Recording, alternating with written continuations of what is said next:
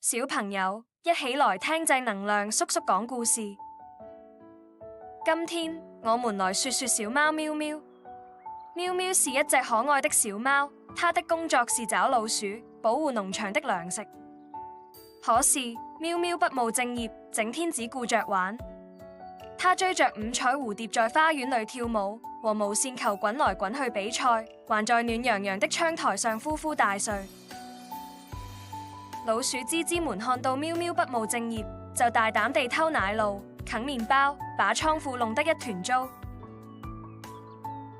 農夫布朗先生發現後，生氣地說：喵喵，你要做好自己的工作啊！喵喵聽了，不好意思地低下頭。從此，他每天認真巡邏，老鼠們再也不敢來了。寶寶們，你們知道這個故事是說哪個成語嗎？